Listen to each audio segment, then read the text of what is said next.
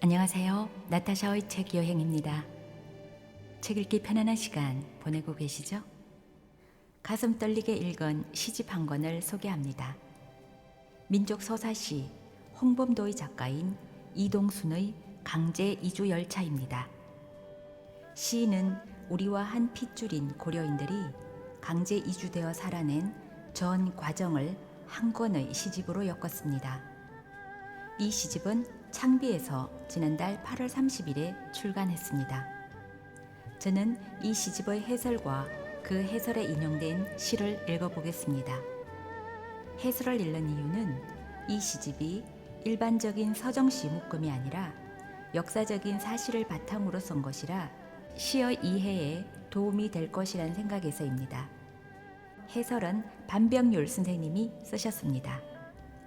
뿌리째 뽑혀 이곳으로 저곳으로 무작정 실려가고 던져진 우리 고려인들의 삶에 너무나 무심했던 저를 깊이 반성하면서 속죄하는 마음으로 정성을 다하여 읽어보도록 하겠습니다. 나타샤의 책 여행, 중앙아시아 어디론가로 내쫓기는 강제 이주 열차에 우리도 함께 던져져 봅니다. 강제 이주 열차, 이동순 시집. 해설.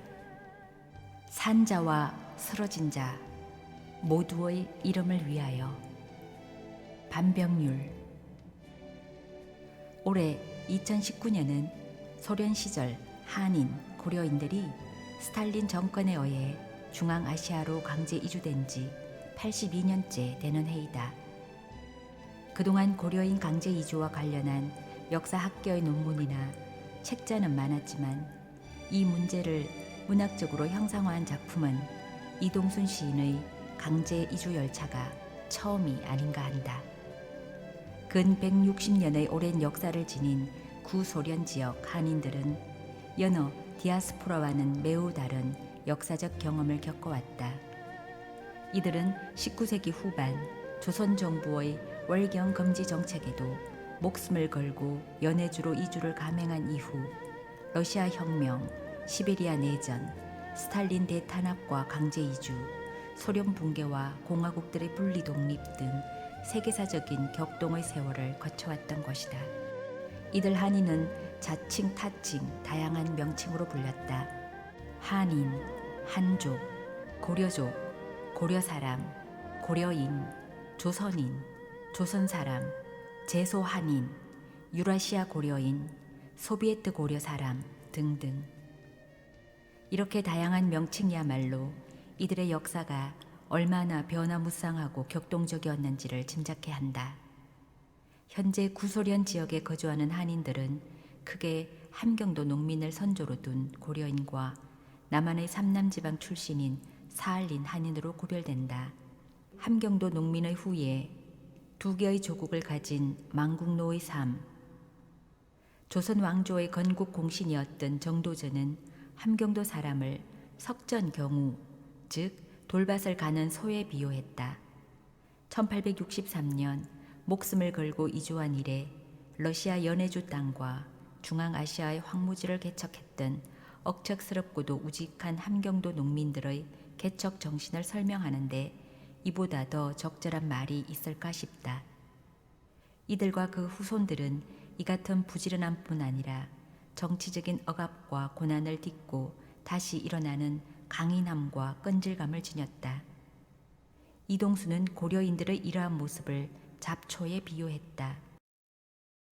에이쩌 지긋지긋한 원동 고려인들, 잡초 같은 고려인들, 배면 벨수록 더욱 무성하게 기세 등등 돋아나는 저 고려인들, 저 지긋지긋한 것들. 스탈린은 우리를 질기디 질긴 잡초 따위로 여기며 고개 흔들었다지. 고난과 시련이 우리를 그리 만들었어. 고려인들은 조부모, 부모, 형제자매가 조선, 원동, 중앙아시아 등으로 고향을 달리할 수밖에 없는 운명이었다. 어느 한 곳에도 안정적으로 정착할 수 없었던 뿌리 없는 존재로서 고향을 상실한 고려인들의 처지를 시인은 이렇게 노래한다. 머나먼 동쪽 끝에서 쫓겨와 평생을 물풀처럼 떠돌다 마감했으니 땅에 떨어져 서로 간 곳 모르는 낯선 땅, 가랑잎이여, 망각의 넋이여, 내 고향과 부모를 묻지 말라. 나는 바람과 구름이 낳은 유랑의 자식. 고려인들은 역사적 모국과 현실적인 정치적 조국 어느 쪽으로도 보호받을 수 없었다. 스탈린 대탄압에 의해 1936년 카자흐스탄 크질오르다로 유배당했던 항일 혁명가 이인섭은 자신을 망국노라고 자처했다. 고려인들은 기댈 조국이 없는 망국노로서 억압과 추방, 차별과 모욕으로 점철된 삶을 살아야 했다. 농길 오가는 마소의 발굽에 걷어차여 어이없이 허리 부러지는 애달픈 풀, 지나치는 수레에 밟혀 온몸에 피멍든 서러운 풀, 만리 밖으로 어이없이 쓸려가 갈피 못 잡고 헤매는 풀. 강제 이주. 한국과 러시아 학계는 스탈린 정권이 고려인 강제 이주를 강행한 배경과 이유를 다각적인 측면에서 설명해 왔다. 그 가운데 독일, 일본과의 전쟁 발발에 대비하기 위한 소련의 국제 정치적 안보 차원의 예비적 조치였다는 것이 가장 설득력 있는 설명이다. 그리하여 소련의 동서 접경지대에 거주하던 소수 민족에 대한 강제 이주가 자행되었다. 고려인에 대한 소련 당국자들의 불신 건조에는 저 유명한 황화론이 깔려 있다. 이들은 유사시에 고려인이 같은 황인종으로서 중국이나 일본 측에 가담하리라고 평가했던 것이다. 1929년 9월 만주 군벌 장쇠랑이 동중 철도 점령을 시도함으로써 중소 간의 무력 충돌이 발생하자 소련은 국경을 봉쇄했다. 비슷한 시기 일본은 만주 사변을 일으키고 다음 해에 괴뢰 국가인 만주국을 수립했다. 이어 소련을 겨냥해 독일과 방공협정을 체결했고 1937년 7월 7일에는 중국 본토를 침략했다. 아직 일본에 대항하기에는 역부족이라고 판단했던 소련은 일본과의 무력 충돌 소지를 없애기 위해 1935년 3월 동중 철도를 헐값에 만주국에 매각했다. 그런 가운데 일본 관동군의 국경 침범과 첩보 활동으로 관동군과 소련 적군 간 총격전이 발생하곤 했다. 이렇게 국제 정세의 긴장이 고조되면서 소련 당국은 일본 정탐기관의 광범한 활동을 부각하고 트로츠키주의자, 부활인파, 백계 러시아인, 중국인 등과 함께 한인을 일본 정탐의 원천으로 지목했다. 때맞춰 일본 관동군 첩보기관과 연계된 반소 반혁명 활동에 한인들이 연루된 사건이 빈발했다. 이 때문에 한인사회 전체가 일본계라는 오명을 뒤집어쓰고 강제 이주의 대상이 되고 말았다. 로스케 놈들, 우리더러 일본계라고 줄곧 수군대네. 일본이 싫어서 고향 떠나온 우리에게 그 무슨 망발인가. 고려인 강제 이주는 당서기 스탈린과 인민위원회 의장 몰로토프의 1937년 8월 21일자 명령서에 따라 내무인민위원부가 실행을 맡아 속전속결로 단행되었다. 러시아 원동 지역의 고려인 엘리트 탄압과 고려인 강제 이주를 총괄했던 내무인민위원부 책임자 리시코프에게 내린 훈령을 보면 당시 스탈린은 국경지대에 거주하는 고려인들이 첩자로 소련 후방에 계속 파견되어 파괴 공작을 일삼는다면서 이들에 대한 강한 불신감을 갖고 있었다. 일본 쳐들어오면 고려인들 일본에 붙는다고 했대. 우리를 외놈 간첩이라 했대. 골치 아픈 믿을 수 없는 고려인에겐 추방이 상책이라 했대. 고려인 강제 이주는 3차에 걸쳐 간행되었는데 1차는 국경지방, 2차는 그 외지역, 3차는 남아있던 이들이 대상이 되었다.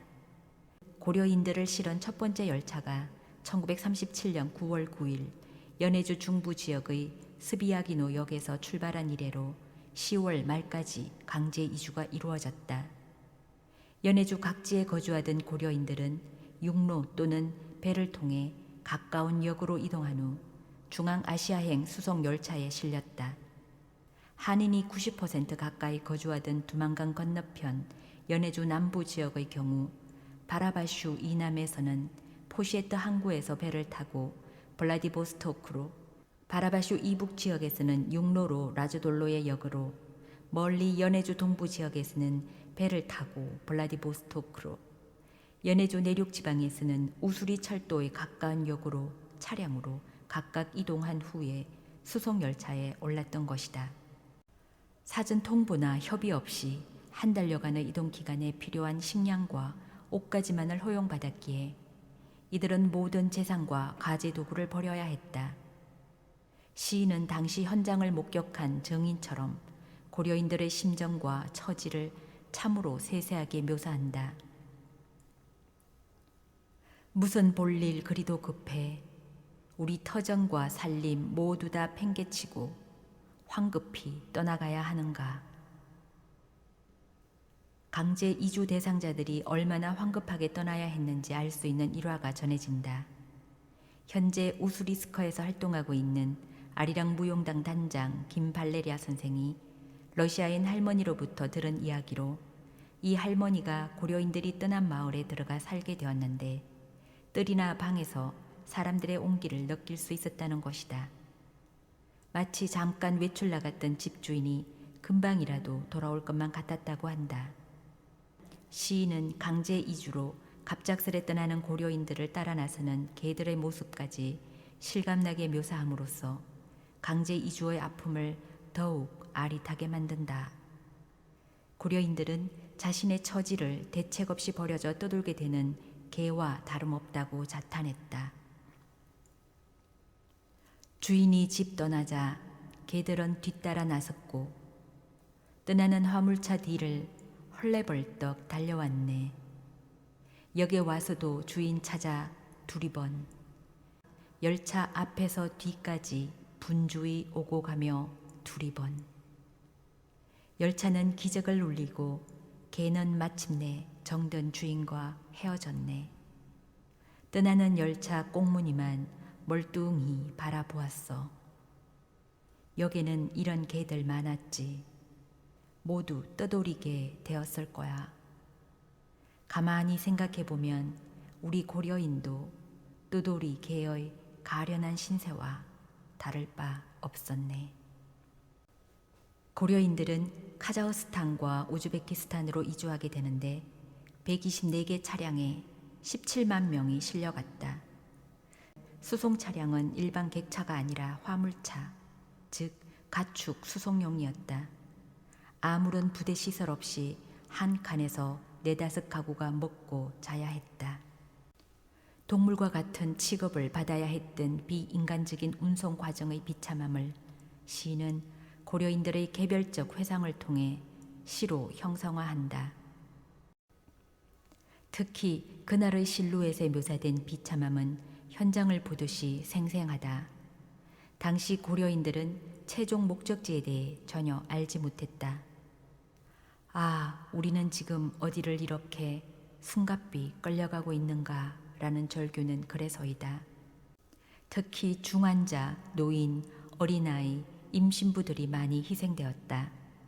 시인은 수송 열차에 실려가는 고려인들의 처지를 짐승, 화물, 길 잃은 양떼, 수갑 안 찬 죄수, 슬픈 거적대기, 가여운 지푸라기, 애달픈 먼지 등에 비유하고 있다. 아이들 먼저 죽고 늙은이들 차례로 죽어나갔다. 환자 신고하면 전염병 막아야 한다며 거칠게 끌고 나가 다시 돌아오지 않았다. 짐승과 양떼, 화물과 제수는 교양도 인격도 없지. 거적대기, 지푸라기, 먼지 따위는 그냥 두어도 돼. 우리는 사람 아니니까. 우리는 단지 물건이었지. 우리를 인간으로 여겼다면 이토록 함부로 다루진 않았을 거야. 불기의 객이 되고만 고려인들은 시베리아 벌판에 내던져졌다. 남은 사람들은 세상을 떠난 이들에 대한 최소한의 인간적 도리도 지킬 수 없었다. 죽은 고려인들의 영혼을 달래듯 시인은 절규한다. 무심한 열차는 물과 석탄 채우느라 바쁜데 사람들은 시신 메고 철로 옆 언덕에 가서 파묻네. 뒤따르는 울음도 상여도 만장도 없네. 굶어 죽고 얼어 죽고 병들어 죽은 저 불쌍한 영혼들. 기적 소리는 또 보채는데 열차 떠나면 혼자 쓸쓸해서 어찌 지내노. 이렇듯 강제 이주 과정에서 겪은 가족들의 죽음은 고려인들에게 평생의 한으로 남았다. 하바롭스크 부근 베리노역 열차 충돌 사고, 용변을 해결하려고 깔밭에 뛰어들었다가 집단 탈주로 착각한 소련 병사들에게 허망하게 살해된 여인들, 노인을 발길질하고 채찍으로 때리는 호송관에게 항의하다 희생된 청년 등 어느 하나 애달프지 않은 죽음이 없겠지만 특히 시인은 3살 배기 아이의 마지막을 노래하여 일년이들의 마음을 아프게 한다. 온몸에 홍역 번져 울긋불긋 10곳이 만발하던 3살 배기 3대 독자 표두르가 죽었다. 마지막은 할배 품에서 가쁜 숨 몰아쉬다가 축 늘어졌다. 눈가엔 눈물 맺혔다. 한 가문의 대가 끊어진 시간. 무정한 이주 열차는 쉼없이 달리고 할배는 죽은 손자 이털이나 껴안고 있었다. 차가 벌판에 잠시 섰을 때 할미는 할배 품에서 손자 빼내어 철뚝과 눈밭에 묻었다. 이렇듯 중앙아시아로의 강제 이주는 러시아 한인 사회의 기반을 송두리째 파괴한 대사건이었다. 이는 1860년대 두만강 국경지방의 함경도 농민들이 목숨을 걸고 월경한 이후 온갖 역경을 극복하며 쌓아올린 정치적, 사회경제적, 문화적인 모든 성과에 대한 전면적이며 비극적인 파괴 행위였다. 스탈린 대탄압. 강제 이주에 앞서 이루어진 스탈린의 대탄압은 정치적 반대파에 대한 숙청으로 러시아인은 물론 중국인, 폴란드인, 독일인, 라트비아인, 리투아니아인, 백계러시아인 등 소수민족도 대상이 되었다. 1935년 제17차 당대회에 참석했던 1961명의 대표 가운데 1108명이 희생되는 등 원동 지역의 저명한 볼셰비키 지도자 거의가 출당 처형되었다.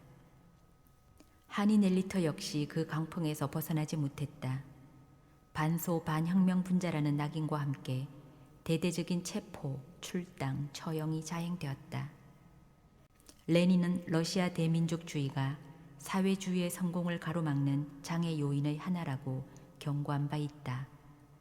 소수민족에 대한 강제 이주는 러시아 대민족주의 또는 민족 볼세비즘이 1930년대에 세력을 떨쳤던 사정과 밀접한 관련이 있다.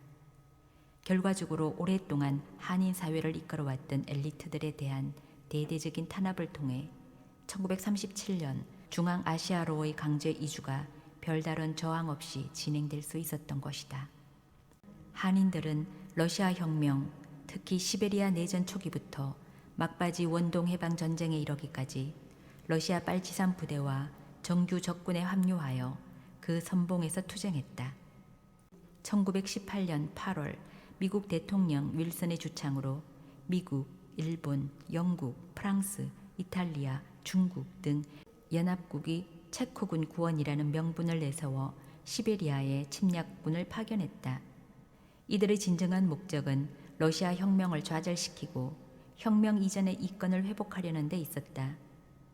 특히 일본은 7만 5천 명에 달하는 대규모 침략군을 파병, 반혁명 백위파를 지원했다.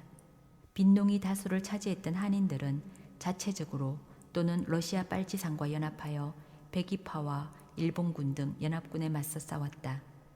그런 만큼 강제 이주를 전후해 자행된 스탈린 대탄압은 소비에트 사회주의 건설에 크게 기여했던 한인 혁명가들에 대한 철저한 배신 행위였던 것이다. 2,500명 민족 지도자들 끌려갔다네. 가선 다시 돌아오지 못했다네. 그들 모두 혁명가 우국지사, 러시아 발전 위에 몸바쳤는데, 그런데 외놈의 첩자 반혁명 분자라며 모질게 제거하고 숙청했네. 김아파나시, 조명희. 고려인 2세로 3.1운동 당시 청년 대표로서 블라디보스토크 주재 외국 영사관에서 독립선언서를 배포하고 청년운동의 지도자로 활동했던 인물, 상해파 고려공산당의 이론가로서 이동휘가 이끄는 고려공산당 대표단이 레닌을 접견할 때 통역을 담당했던 인물, 1935년 소련 공산당 제17차 대회에 김미하일과 함께 원동 대표로 참석하여 스탈린과 기념 촬영을 하고 연설한 인물, 연해주 남부의 포시에트 구역 당서기로서 조선의 레닌으로 불렸던 인물, 이처럼 화려한 경력의 지도자였던 김아파나시는 1936년 1월 하바롭스크에서 체포되었다가 스탈린에게 탄원서를 보내어 일시 석방되었으나 다시 체포되어 처형되고 말았다. 김아파나시와 그 가족들의 기구한 삶은 이 시집에서 그의 아들 길테미로의 입을 빌려 형상화되고 있다. 카퍼의 핵심 작가로서 노동계급의 고향 소비에트를 찾아 1928년 두만강을 건너 연해주로 망명했던 조명희 역시 스탈린 대탄압의 회오리 바람에서 벗어나지 못했다.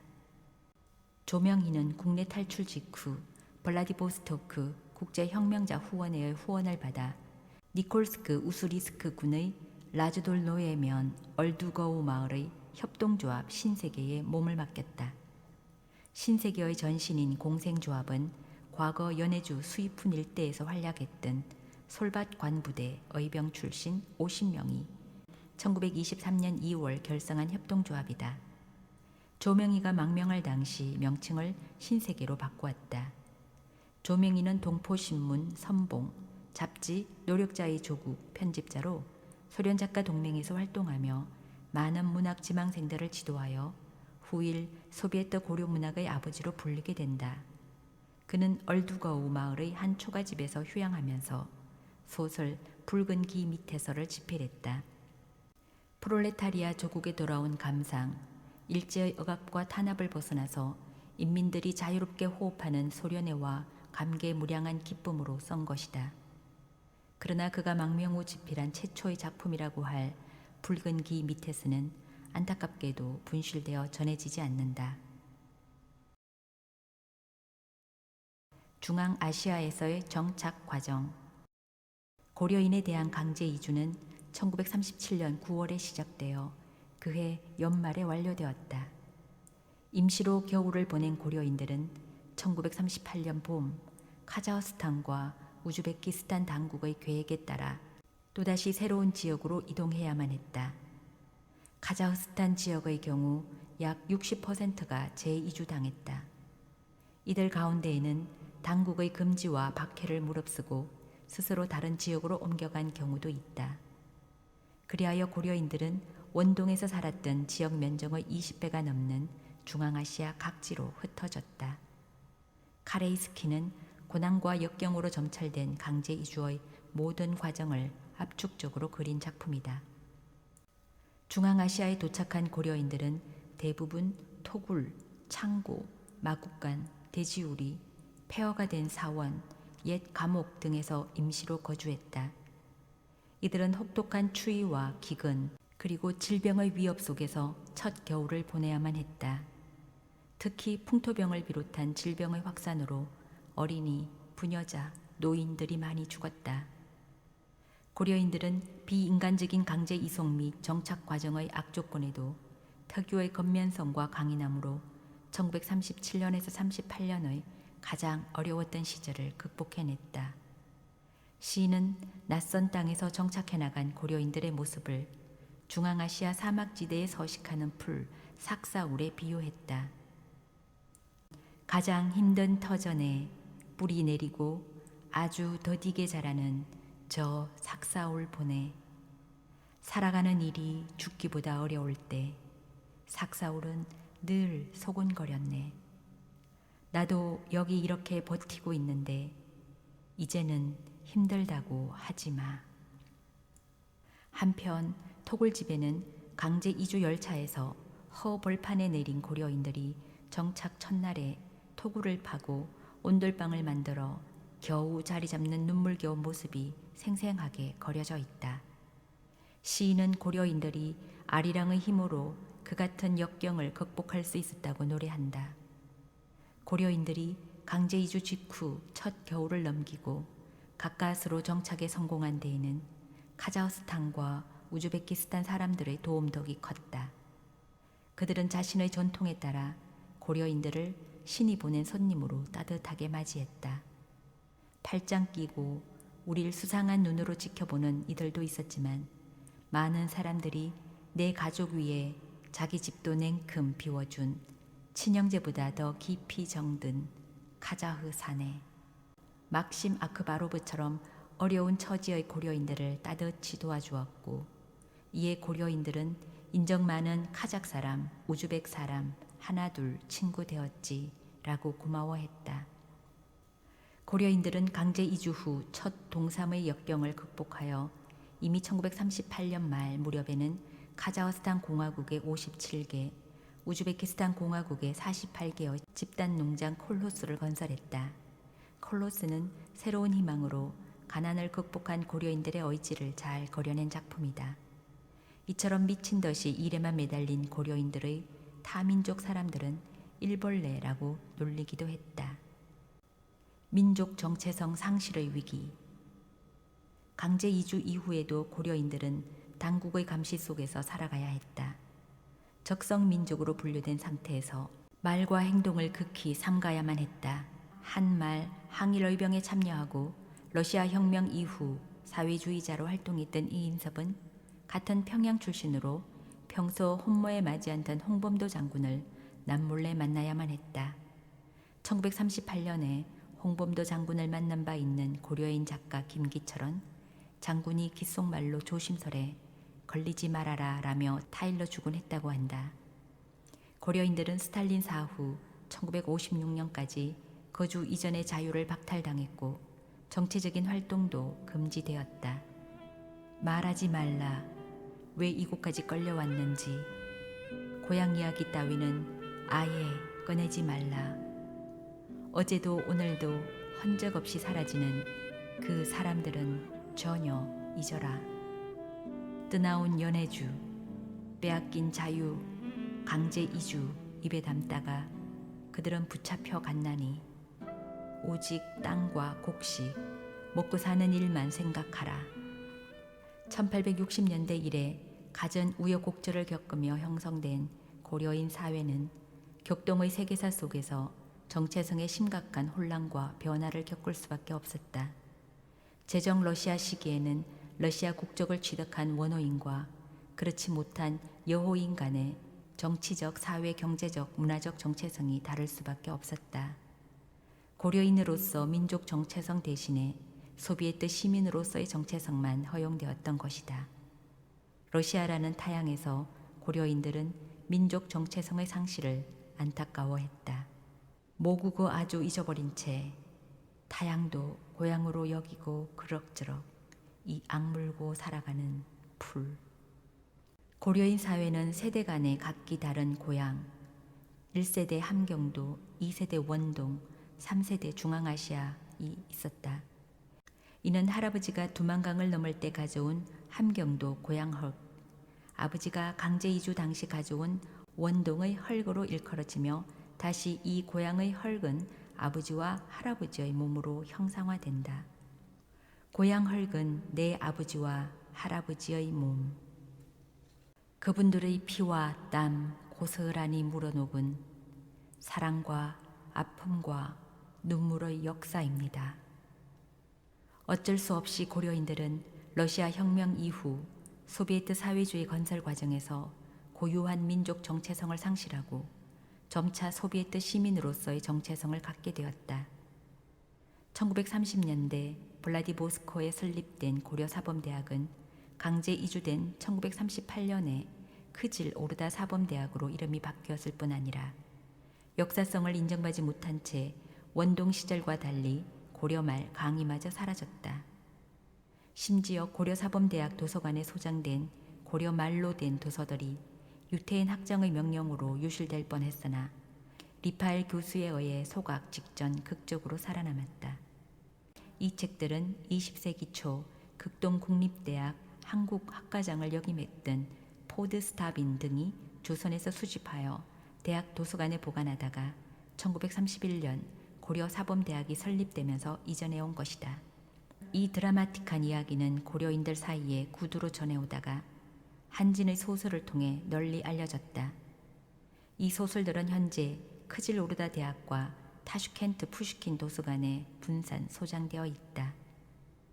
고려사범대학과 함께 고려인 사회에서 교육과 문화의 중심이 되었던 고려극장, 선봉신문, 고려말 라디오 등의 민족문화기관 또한 크질 오르다로 강제 이주되었다. 이에 위상이 원동 시절과는 확연하게 달랐으며 형식은 민족적, 내용은 사회주의라는 슬로건을 앞세워 소비에트 문화 정책에 따라 사회주의 건설을 위한 도구로서만 의미를 갖게 되었다.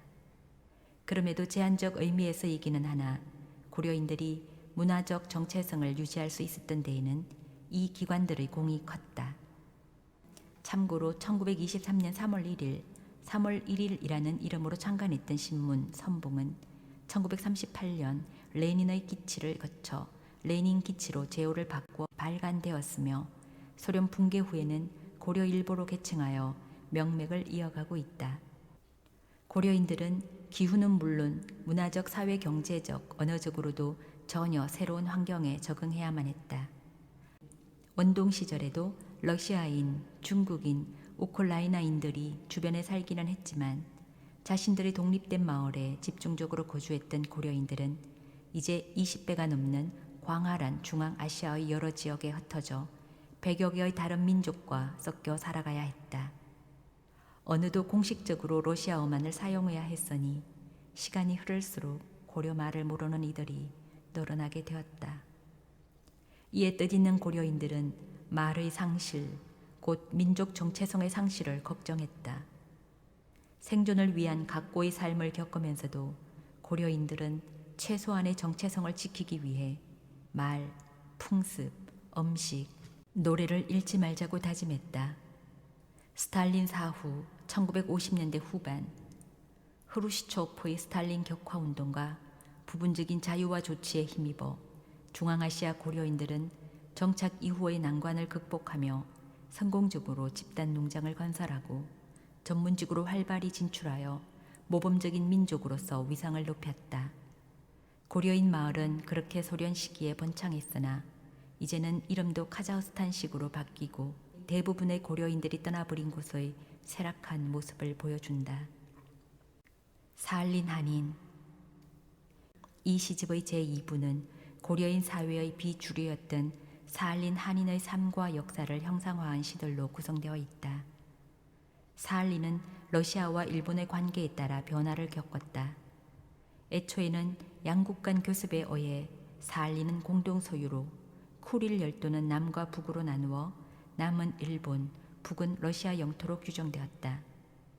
이후 1875년 사할린 쿠릴 교환 조약에 따라 사할린은 러시아령, 쿠릴 열도는 일본령이 되었다가 1905년 러일 전쟁 결과 맺어진 포츠머스 조약에 의해 북이 50도 이남의 남부 사할린이 일본에 할량되었다. 북부 사할린은 시베리아 내전 당시 일본군이 1920년 3월과 5월의 니앙 사건을 빌미로 불법 점령했다가 소일조약 체결로 소련과 국교 정상화가 이루어져 철수하면서 1925년 5월 러시아 연방에 편입되었다. 남부 사할린은 제2차 세계대전 이후 소련에 편입됐는데 1952년 샌프란시스코 조약에 따라 사할린과 쿠릴 열도 전체가 소련 영토로 공식적으로 확정되었다. 사할린 한인은 일제강점기인 1930년대 후반 자발적 지원으로 이주했거나 이후 남부 사할린으로 강제징용된 이들과 그 후손들을 가리킨다. 1945년 2차 대전 종결과 함께 일본 영토였던 남부 사할린이 소련에 편입되면서 소련 국민이 된 이들은 고려인 사회의 비주류라 할 수 있는데, 다수를 형성한 주류는 19세기 후반 러시아 원동 지역으로 이주해온 함경도 출신 농부들의 후손이다. 반면 고향이 삼남 지방으로 스스로를 사할린 한인이라 부른 이들은 주류인 고려 사람을 큰 땅 사람 또는 조금 비하하는 의미로 큰땅백이라 불렀다. 이들 사할린 한인은 소련 붕괴 후 한국과의 교류가 잦아지고 한국 기업이 진출하면서 위상이 높아졌다. 사할린 한인들은 고려 사람과 출신 지역, 이주 동기 및 시기, 언어나 관습 등이 다르다. 특히 이들은 강제 이주를 당하지 않았다. 다만 1937년 당시 북부 사할린에 거주하던 이들은 예외다. 이들 사할린 한인의 역사와 현재 삶은 슬픈 텀새와 강제징용자에 잘 드러나 있다. 하늘 끝은 남한, 사할린, 일본 등지에 흩어져 살고 있는 이상 가족으로서의 사할린 한인들의 아픔을 그려낸 작품이다. 이중징용자는 사할린으로 강제징용되었다가 다시 일본으로 강제 이송되어 그 종적조차 확인할 수 없게 된 이중징용자들의 처지를, 코르사코프 항구는 2차 대전 이후 소련 영토로 편입된 뒤 방치되어 버린 남부 사할린 한인들의 모습을 형상화한 작품이다. 징용으로 끌려왔다 고향으로 돌아가지 못한 채 사할린에 묻힌 한인들의 비참함은 호라비 무덤에 절절하게 그려져 있다. 사할린 공동묘지엔 호라비 무덤 유난히 많네. 끝까지 귀향의 끈 놓지 않고 기다리며 슬픈 심정 술로 달래다 못 챙겨 먹고 병들어 일찍 죽은 슬픈 호라비들. 고작 19-20에 고향의 처자식 작별하고 사할린 와서 평생 가족 그리움으로 지내다가 쓸쓸히 죽어간 호라비 아닌 호라비들. 카자흐스탄 방문.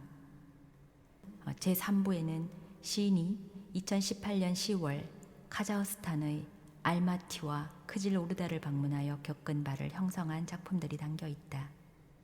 1991년 소련을 구성하던 15개 공화국이 독립을 선언하고 주류 민족이 주도하는 민족주의에 따라 자기의 언어를 국가 공식어로 지정했다. 카자흐스탄은 1989년에 카자흐어를 러시아어와 함께 국가어로 지정했고 자민족 중심의 교육 체제로 전환하고 있다. 거리의 이름을 자기식으로 변경했고 공문서에도 카자흐어를 사용하면서 주요 공직자들은 카자흐어를 의무적으로 구사해야만 하게 되었다. 우즈베키스탄 역시 우즈베키어를 국가어로 공포하고 모든 문서에서 러시아어를 없앴으며 나아가 우즈베크어에 사용하는 키릴 문자를 라틴 문자로 바꾸었다. 이러한 상황에서 소련 시기 러시아에만 익숙했던 고려인들은 거주하는 나라의 언어를 배워야 했다. 이 같은 민족주의 발흥을 우려하여 러시아 원동 지역으로 이주하는 고려인들도 나타나긴 했으나 소련 붕괴 후 민족 국가를 형성하고자 하는 중앙아시아 각국의 정책에도 아랑곳 없이 고려인들은 소련 시기의 전통에 따라 오늘날에도 여전히 타 민족과 어울려 살고 있다. 고려인들이 쓰는 말을 한반도 남북한의 서울말, 평양말과 구별해 흔히 고려말이라고 부르며 학술적인 용어로는 육진방언이라고 한다. 고려인 밥상은 우리에게 낯선 육진방언의 음식 이름을 소개하여 흥미를 끈다. 또한 시인은 크질오르다의 고려인들이나 알마티의 시장에서 고려 음식을 파는 이들과 만나면서 느낀 동포로서의 애틋한 정을 형상화하거나 고려인들이 세대 간에 서로 돌보고 기대며 살아가는 아름다운 모습을 그려내고 1980년대 말 소련 페레스트로이카 시절 젊은 청년들의 우상으로 인기를 모았으나 의문의 사고로 사망한 전설적인 고려인 록가수 빅토르 최를 기리기도 한다. 그 중에서도 특히 주목해야 할 작품은 두 개의 별이다.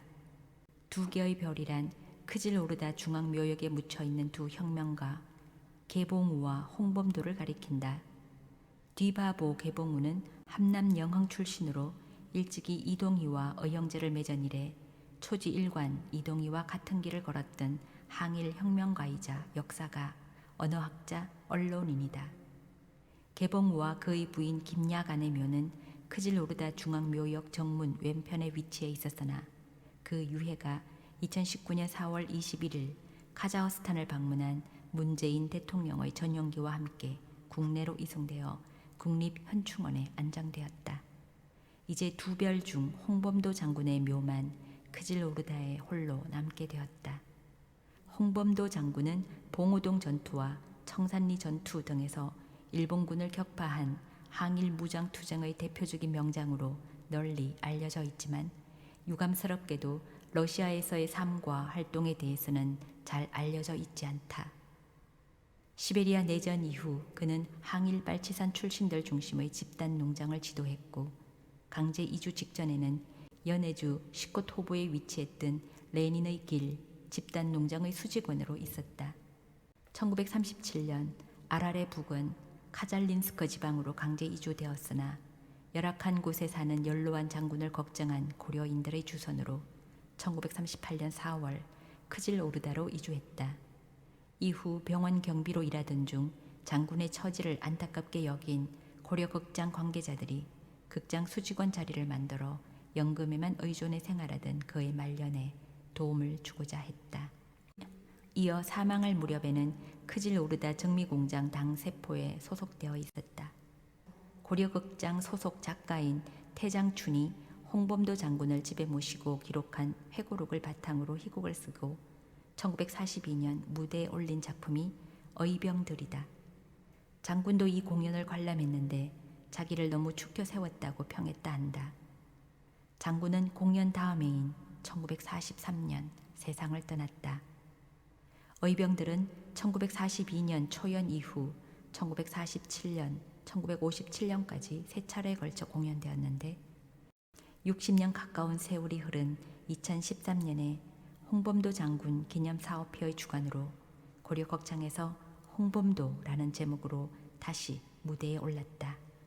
2018년 10월 이동순 시인이 카자흐스탄을 방문한 목적은 홍범도 장군의 묘역을 방문하여 15년 전 자신이 집필한 민족 서사시 홍범도를 헌정하기 위함이었다. 아, 홍범도 장군은 바로 그 경험을 토대로 쓴 시다. 홍범도 부고, 연극, 의병들, 홍범도 축제는 장군을 기리며 새롭게 쓴 것이고 신유고문은 장군이 1919년 12월 대한독립군 의용대장으로서 간부인 박경철, 이병채와 함께 3인 명의로 내외에 공포했던 유고문의 형식을 빌려 현재의 한반도 위기 상황에 대한 메시지를 전하고자 한 작품이다. 장군에 대한 시인의 각별한 마음을 엿볼 수 있는 작품들이다. 시인은 가슴에서 불덩이처럼 뜨거운 무엇이 울컥 쏟아져 들어오는 놀라운 충격을 자주 겪었다라고 고백했다. 홍범도를 쓸 때 경험했던 접신과 유사한 체험이었다는 것이다. 이 시집이 강제 이주에 대한 시적 형상으로서의 의의뿐 아니라 우리의 후세대가 그것을 기억할 수 있도록 해줄 소중한 역사적 기록의 하나가 될 것임을 믿어 의심치 않는다. 반병률, 한국외대 사학과 교수.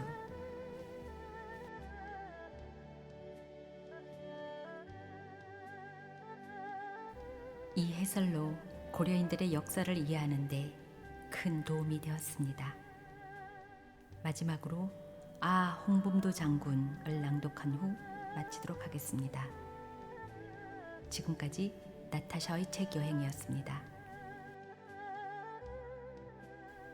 아, 홍범도 장군. 카자흐스탄 크질 오르다 홍범도 장군 영전에서 아득한 중앙아시아 먼지 바람 속 뜨밀려 살아온 지 몇 년인가. 아무리 지우려 해도 자꾸만 떠오르는 머나먼 동남쪽 내 조국 땅. 그곳은 밝은 해 차분히 떠오르는 곳, 새벽닭 소리에 잠이 깨든 곳, 어둠 속에서 두런두런 들려오던 정겨운 말소리, 마구간 말들이 혼자 콧김 푸르르 푸르르 내던 곳, 방문에 싸락싸락 사랑눈이 문 두드려 불러내던 곳, 말리 타고 고단한 객지 생활, 수십 년 지나도 끝내 누를 수 없는 이 그리움은 대체 무엇인가? 세월이 가면 갈수록 왜 이다지 자꾸 사무치기만 하는가? 감추려야 감출 길 없는 이 진득한 그리움은 병인가 사랑인가? 말해다오, 말해다오, 대체 무엇인가? 왜 이토록 나를 잡고 사정없이 흔드는가? 바람아, 구름아, 내 늙고 병들어 지금은 못 가니 너라도 다녀와서 그곳 소식 전해다오. 천리길도 만리길도 쉬지 않고 달린다는 내 초원 젊은 말들아, 너희가 이 늙은 나를 도와서 질풍같이 갈기나부끼며 달려갔다 돌아오려마. 그리고 네가 본 내 고향 소식 전해다오. 조금이라도 전해다오. 젊었던 날 내 한 줄기 강풍으로 강과 산 다른 바람 불러 모아 모진 맹수 도깨비 때 보는 대로 물리쳤나니 무슨 곡절로 내 이 먼 곳까지 휘몰리고 떠밀리고 끌려와 내 팽개 쳐졌던가. 그 누가 나를 영웅이라 하는가? 그 누가 나를 나르는 호랑이라 하는가? 내 이제 그 아무것도 아닐세. 다만 자욱한 황사바람 속 크질 오르다 길거리 모래벌판 한 귀퉁이에 혼자 쪼그려 드디어 외롭고 가련하고 볼품없는 늙은이. 내 삶은 철양망고 집도 절도 없이 평생을 떠돌았고 처자식마저 가뭇 없이 나라에 바쳤나니 삭북의 계절 엄동설안에 방바닥조차 냉돌인 채 등에 입을 두르고 쪼그렸나니 이 한 몸 가슴속 미련일랑 모두 버리고 깡그리 씻어내고 마침내 한 덩이 구리뭉치로 우뚝 서 있나니 그래도 내 눈길은 예나 제나 동남쪽 고향을 바라고 섰네. 종일 고향 하늘 바라보는 게 내 지금 유일한 낙일세. 여보게들, 내 조국 땅에서 오셨다는 귀한 임들, 얼른 이리 오게. 와서 손이라도 한번 잡아보세. 그리고 고향 소식 들려주게.